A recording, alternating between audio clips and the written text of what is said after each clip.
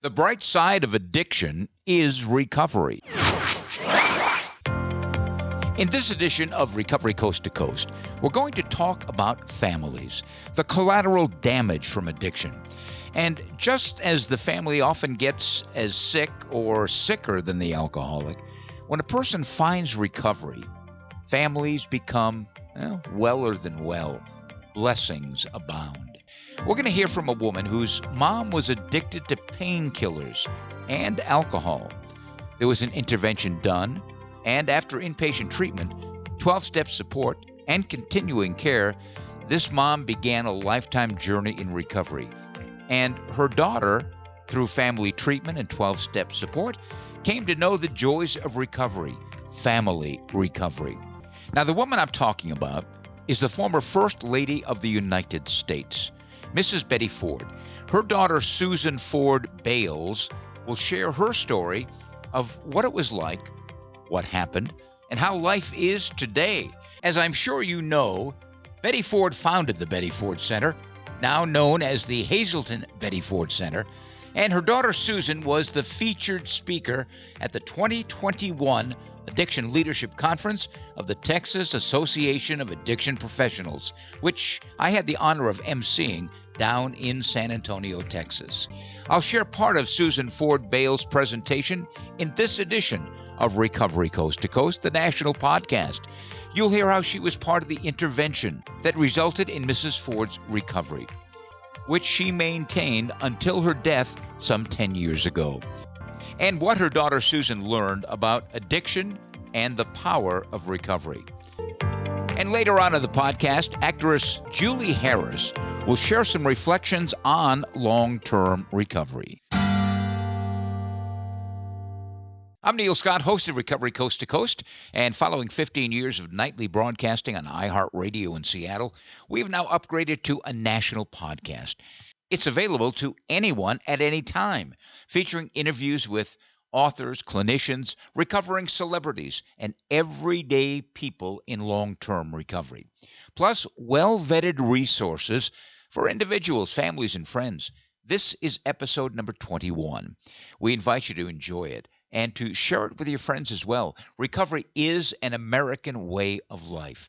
And by the way, you can reach out to us at any time at recoverycoasttocoast@comcast.net. I'd love to hear from you. Recovery Coast to Coast is supported by Sundown M Ranch, one of the oldest and, frankly, most successful treatment programs and affordable programs in America.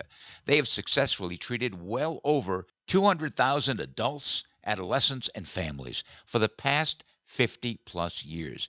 It's where recovery becomes reality. You know, I've often heard people say, I can't afford to go to treatment.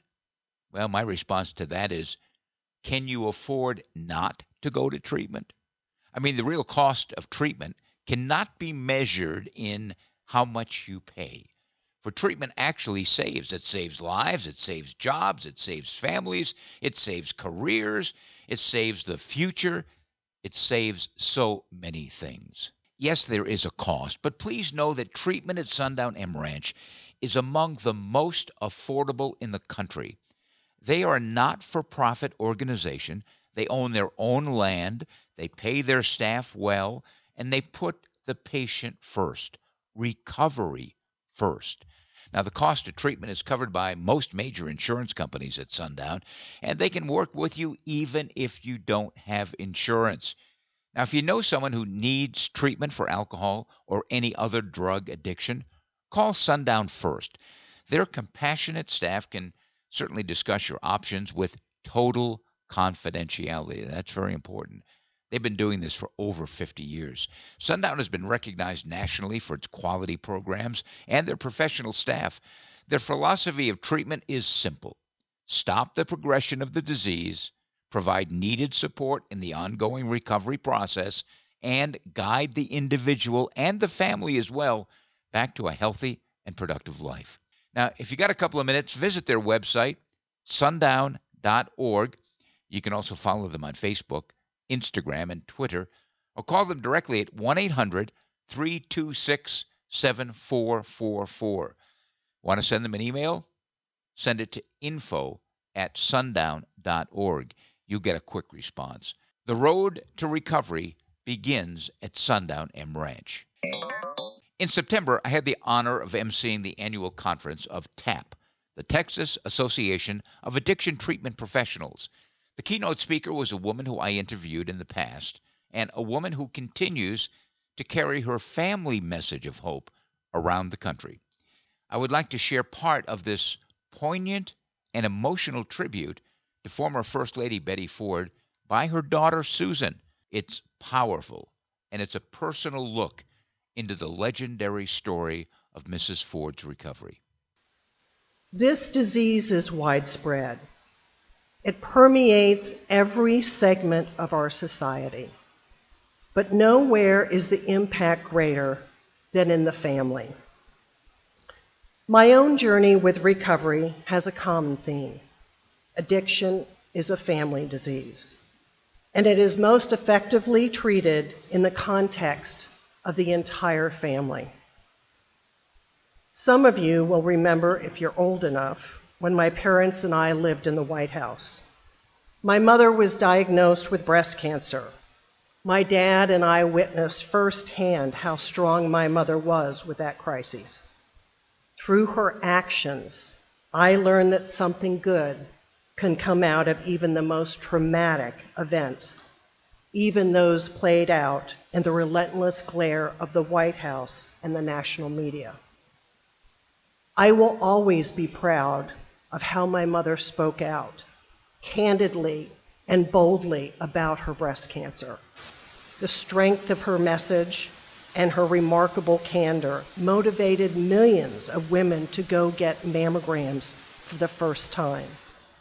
And because of her strength, the lives of tens and thousands of women around the world have been saved.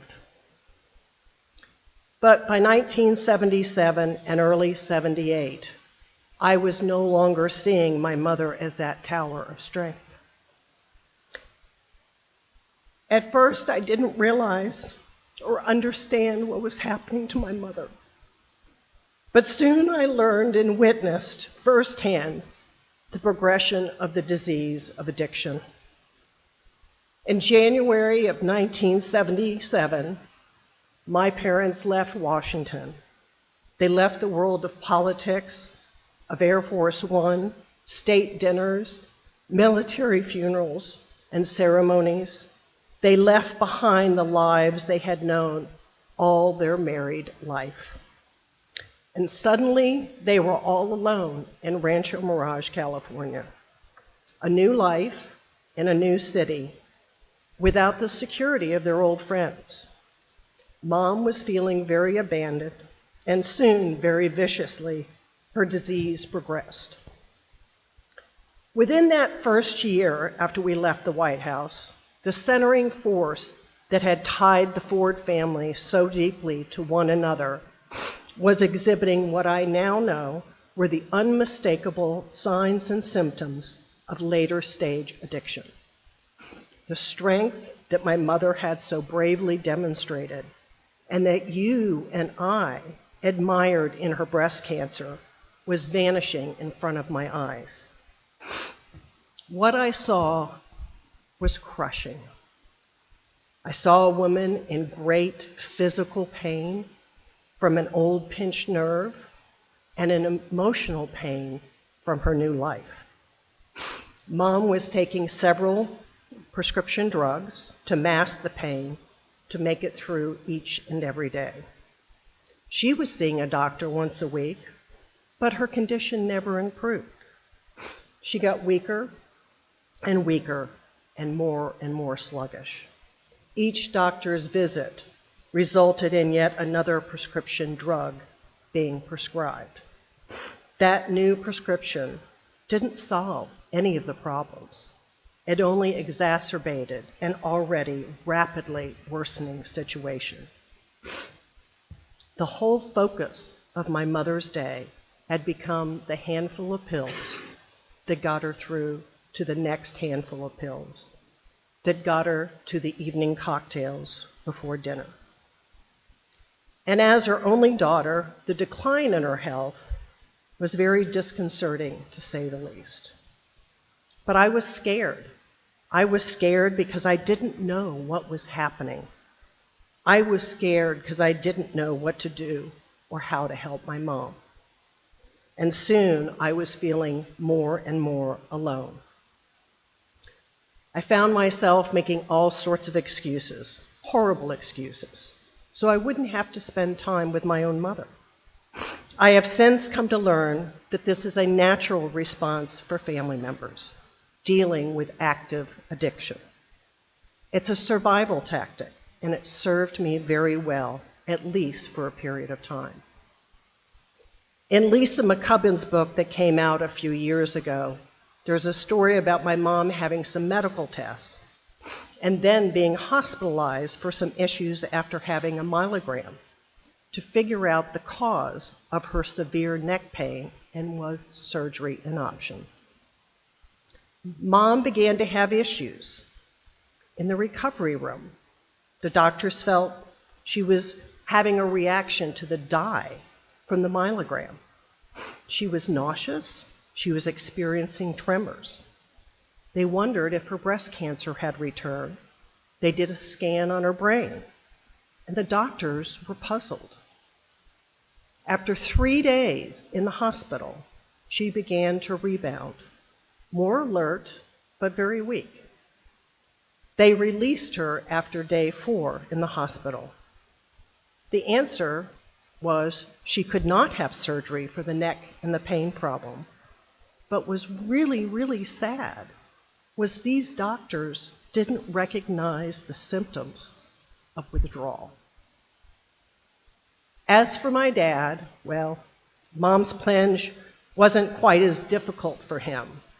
He was traveling several weeks a month, giving speeches, attending board meetings, raising money for countless charities.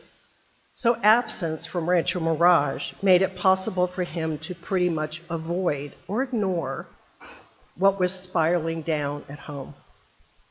And of course, with Dad off traveling, it was only natural for Mother wanted me to come over and spend time with her. She called frequently to join her for shopping trips, to have lunch or dinner, or just be with her. But attempts to go shopping turned into day-long waits while she tried to get herself ready. She was totally oblivious to the slow pace forced on her by the pain medications, and it drove me to distraction. It was like watching a robot programmed at a slow speed moving through its paces. But for a long time, I accepted it somehow as being okay. It was just the way she was.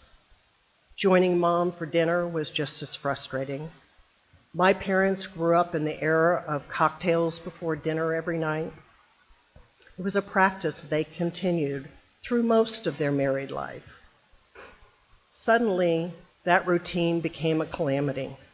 If she had a cocktail before dinner, Mother would often doze off at the table before the meal was ever over. None of this was pleasant to witness. So more and more I tried to escape my mother's reality by escaping by not being with her. But of course that was impossible. For my efforts, a total escape from her. Soon I found myself passively watching her condition deteriorate even further. I had no idea what to do. I had no idea what was wrong, but I knew that something needed to change. My mom needed help, and I needed help for the both of us. But where was I to find help? In treatment and recovery, there's a lot of talk about a higher power. Nothing new to all of you. Well, I am convinced that that higher power was watching out for Mom and our family in the late 70s, when my fear, confusion, and desperation finally forced me to reach out. That higher power brought into my life a doctor who listened empathetically to my story. And he began to give guidance that both Dad and I so desperately needed. He was no ordinary doctor. He was a doctor in recovery himself. A doctor who knew my mother, a doctor who had been waiting patiently for one of us to reach out. His own experience meant he knew what was wrong, and most importantly, what we needed to do to begin our own journey to health and wellness. This doctor friend knew an intervention specialist, Dr. Joseph Persh, who we just lost a few months ago. And after the concept of an intervention was explained to me, I knew it was exactly what we were looking for. So the first thing I did was I enlisted my dad, and as you might expect, as the former commander-in-chief, he stepped right up and took charge. He quickly called my brothers, and on April 1st of 1978, we presented Mom with the facts about what we all learned was a disease that was killing her, a disease that didn't care that she had been the former First Lady of the United States. We each took our turns sharing with Mom to speak undeniable incidences when her disease caused us concern or disappointment. But most importantly, we told her how much we loved her. When my turn came, I could hardly get the words out. I was crying so hard. But I was sure what we were doing would help Mom, so I found my voice and said what I needed to say. What was hard for us to say was equally difficult for Mom to hear. The first thing she told us that fateful morning was she thought we were all crazy. I think that's called denial. Fortunately, underneath all the pain she was trying to cover up with pills and alcohol, there was still an incredible woman. Eventually, her words reached her head and her heart, and the emotional pain that Mom had so successfully medicated away reached the surface in a form of tears. And through those fleeting moments of clarity, she began to grasp the seriousness of the situation. She agreed to accept the help that was being recommended and was admitted to Long Beach Naval Hospital shortly thereafter. At the time of the intervention, when she was in treatment, I thought my dad, my brothers, and I were doing something for Mom. But what I've come to realize in the 40-plus years since is that, in fact, we were giving ourselves a gift. And that gift is twofold. We received a sober Mom whose legacy is stronger than ever, and a family who embraced recovery. The love, support, and caring that came with this gift has been immeasurable.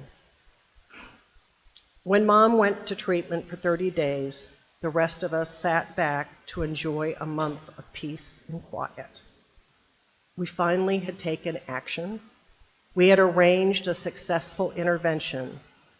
We didn't have to worry anymore, so we thought. But I don't think any of us was really prepared for what was coming, the most challenging period of our lives, the challenge of our collective recovery. As I've come to realize, treatment is just the beginning. It's a wonderful opportunity to begin to break through the denial and the delusion that cripple every alcoholic and drug-dependent person. It helps demonstrate that there is, in fact, a different way to live our lives. Today, I know that no one gets totally well in treatment. Not my mom, not your loved ones, or family members, or patients. No one. The real work starts when we return back into the mainstream of life and the plunge back into real life situations. Treatment is just the first step in what hopefully becomes a lifelong process of recovery, where we embrace health, the joy of family and faith, and redefine the purpose of our lives. That's been my experience and the experience of the Ford family. We were initiating Mother's Intervention. We had no idea that we were setting into motion a life-changing experience for Mom, for Dad, myself, and our whole family, but for millions of other people. It's really quite remarkable to consider the number of people and families around the world who are experiencing the joy of sobriety because one woman rediscovered her courage, because one woman articulated her vision, because one woman moved ahead with a single purpose and marked as much for its selflessness as it was for its courage.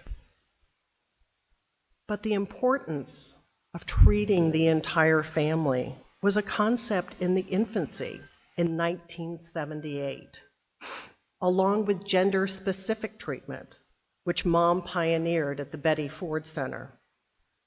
But we quickly realized that the entire family needed treatment. And it was during this process that we started to learn that we were participating not just for Mom, but for ourselves. It was then that we began our own programs of recovery. We learned a lot about the disease of alcohol and other drug addictions. We learned that none of us has any magic immunity from this insidious disease.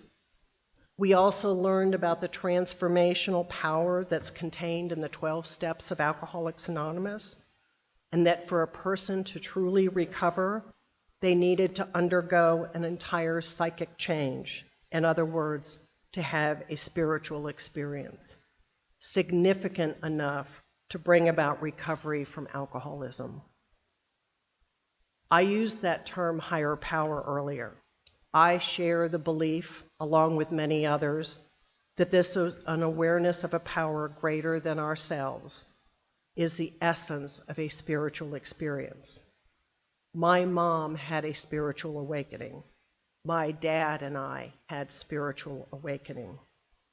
As important that meetings, lectures, and therapy sessions were, it's what I learned about what it really takes to sustain recovery that was more beneficial.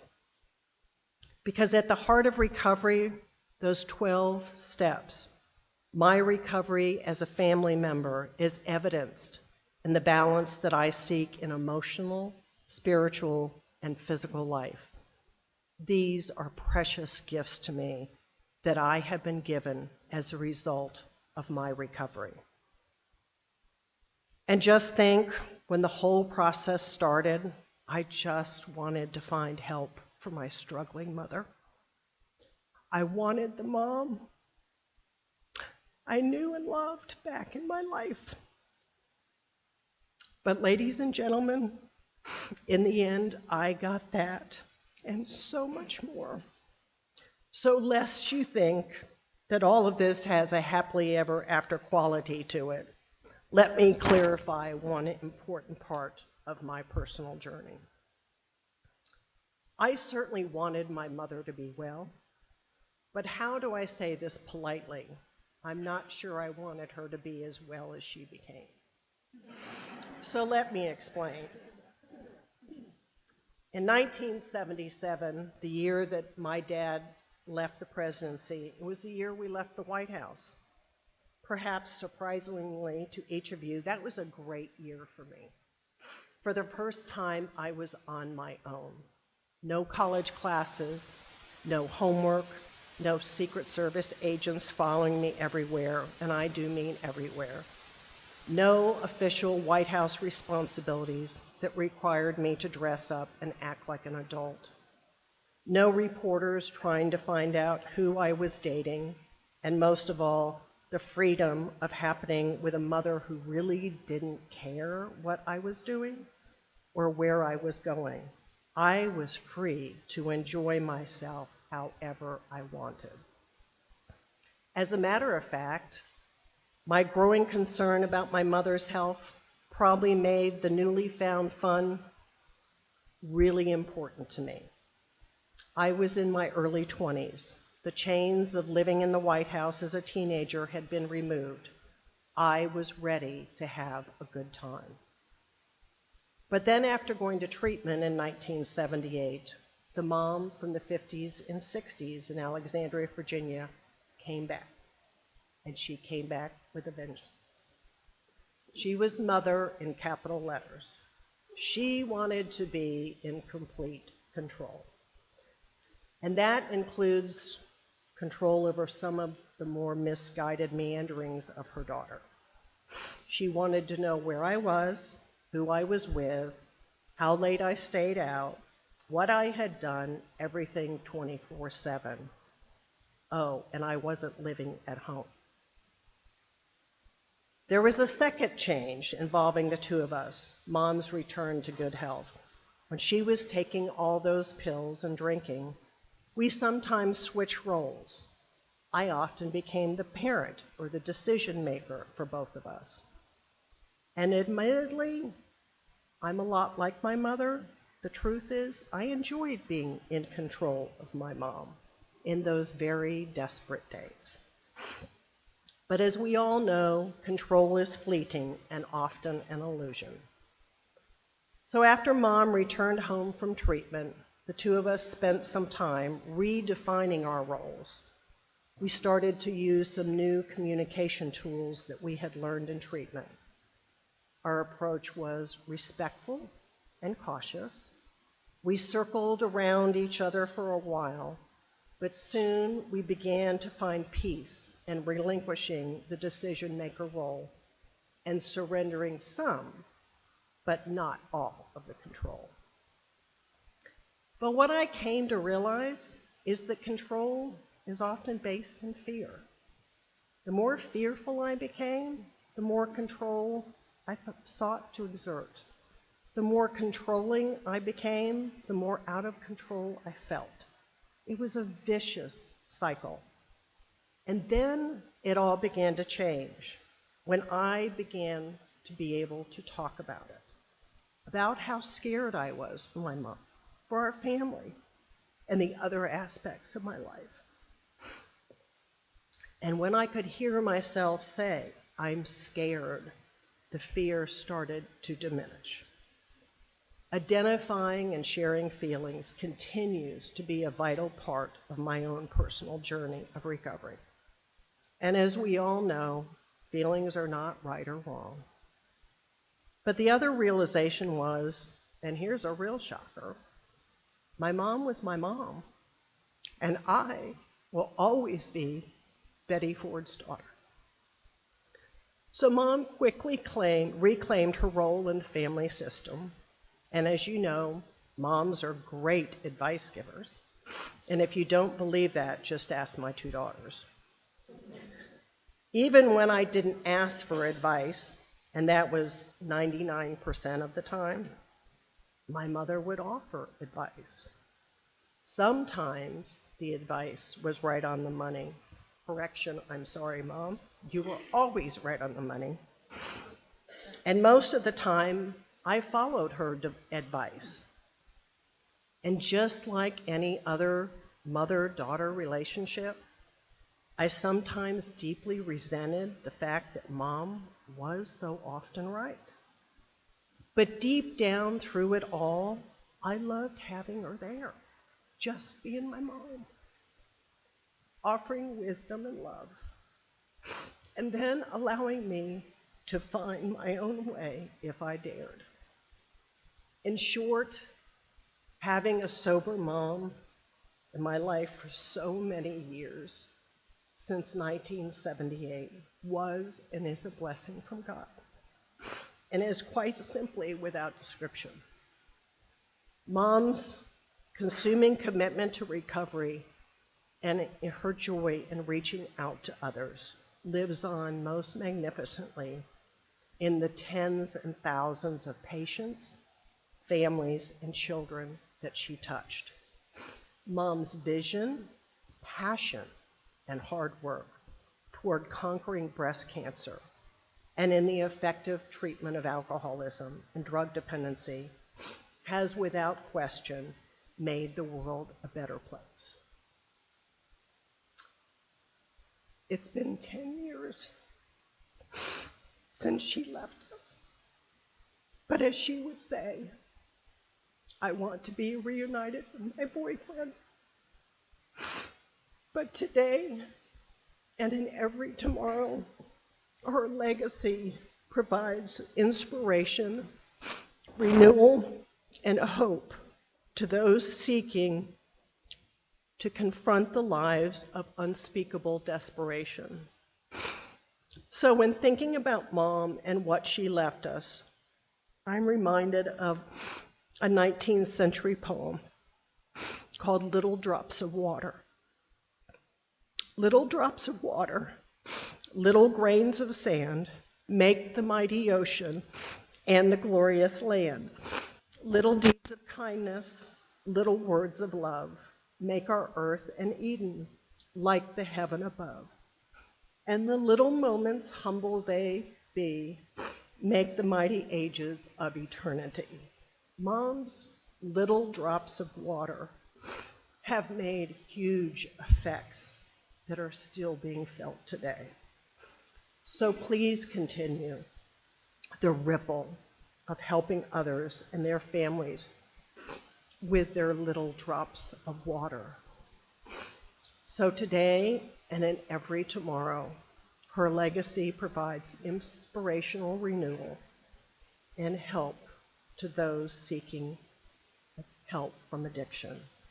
I cherish moments like this to tell our story of recovery. I'm proud to tell this story with the complete candor Mom would insist upon. In doing so, my fondest hope is that one life, one family, one patient might benefit from the experiences that Mother and I had. And it fills my heart with great joy to have this opportunity to share with you our journey. But most importantly, I know that your kindness to me most certainly would also bring boundless joy to Betty Ford, the woman that we all admire, the mother that I love and miss so very much. Betty Ford's daughter certainly captured the essence of not only the disease of addiction, but the progression of recovery. Next up, legendary actress Julie Harris shares some thoughts on her recovery process.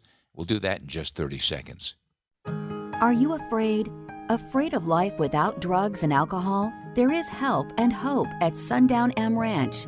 At Sundown, the focus is on you and your disease. You will learn how to live without depending on drugs and alcohol.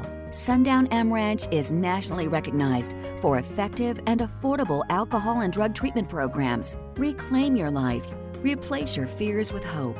Go to www.sundown.org right now to learn more. And now here is legendary actress Julie Harris with some insight and thoughts on being patient with your recovery. Just as addiction is progressive, so is recovery. All rising to great place is by a winding stair. Francis Bacon.